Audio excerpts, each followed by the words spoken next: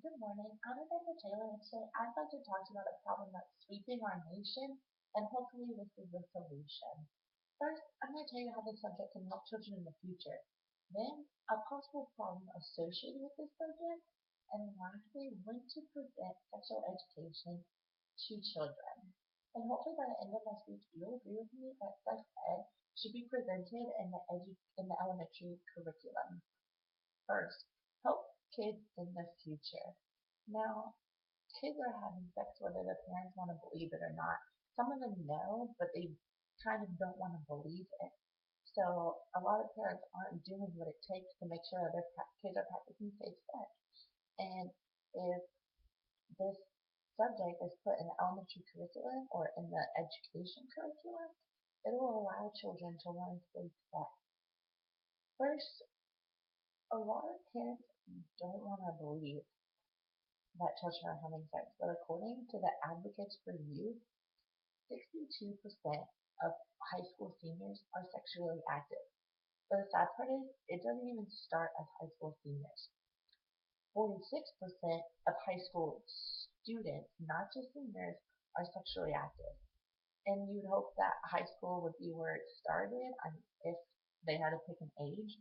But 6% of all U.S. students have been sexually active before the age of 13. 13 is the age of a junior high student.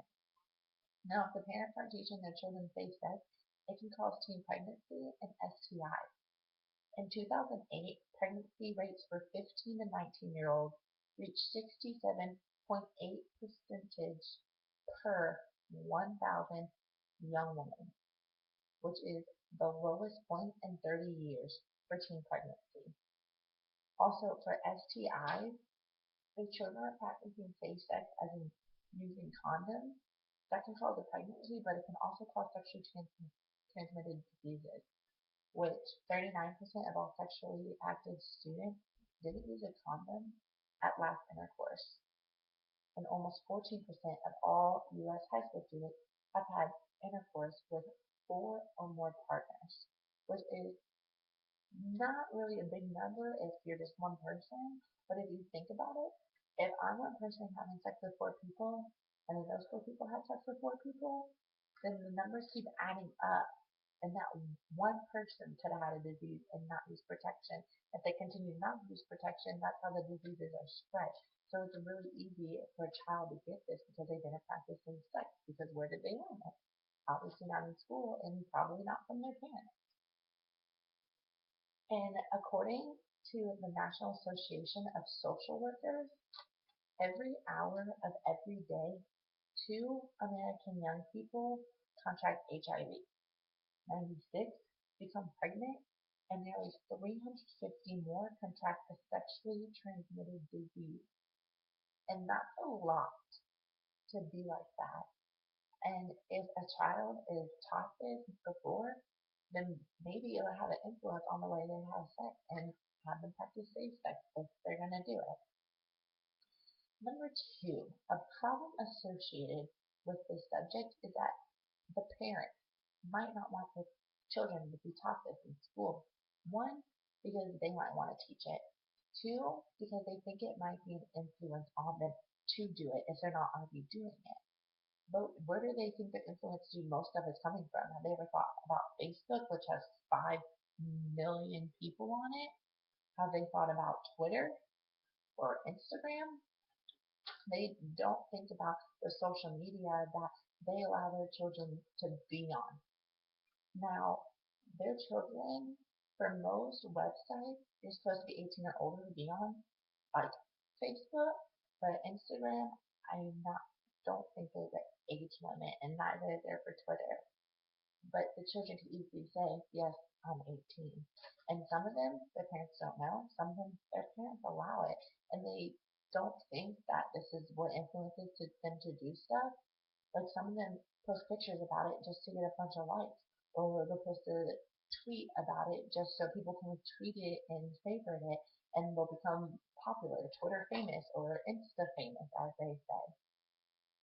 A solution to this problem might be for parents to receive permission forms from the schools saying what the curriculum is going to have in it, what the teacher will cover, and then the parents can decide, well, yeah, like that'd be good for my children to learn that, or they just don't have to sign it and they can say, no, I don't want them to. But maybe the school just give the parents an option, an opportunity for the children to learn safe sex. Excuse me. Lastly, when to have sex education presented in the school. Should we have it in high school where 62% of all students are already sexually active, up to the seniors, or should we have it in middle school where by the age of 13, 6% have already had sexual intercourse? No, this is why I believe that it should be put in the elementary school, because this way you can get to the students before they're doing that. Yeah, they may be thinking about it. Yeah, they probably heard about it, but there's no saying that they've already done it by the time they're in, let's say, fifth grade. There are classes that are given to students in elementary school because I remember taking one, and they split up the boys and girls and they tell you what happens to your body. Why can't they tell you what's going to happen when you interact with someone of the other gender so that children can practice safe sex? Now, I have told you the problem that is sweeping our nation, which is sex. And I have told you, excuse me, how having sex education in the schools will allow students to practice safe sex in the future. I told you a problem associated with this subject, and I told you when to present this in the schools. And hopefully you'll agree with me now that sex education should be put in the elementary curriculum. Thank you.